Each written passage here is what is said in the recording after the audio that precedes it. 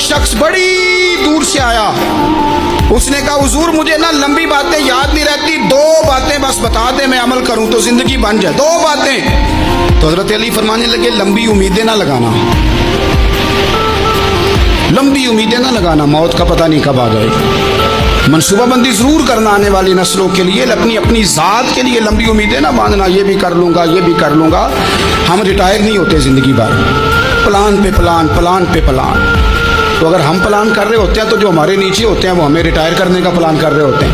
اولادیں تک والدین کو کمزور کرنے کے در پہ ہوتی ہیں کہ اب یہ ہٹے تو ہماری باری آئے.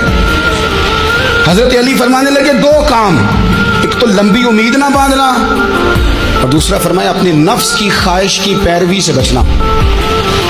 دنیا میں رسوا وہ لوگ ہو جاتے ہیں جو اپنے نفس کی خواہش کی پیروی کرتے ہیں, وہ بزدل ہو جاتے ہیں جو خواہشات نفسانی کے پیچھے بھاگتے ہیں. یہ کام نہ کرنا. تو دانائی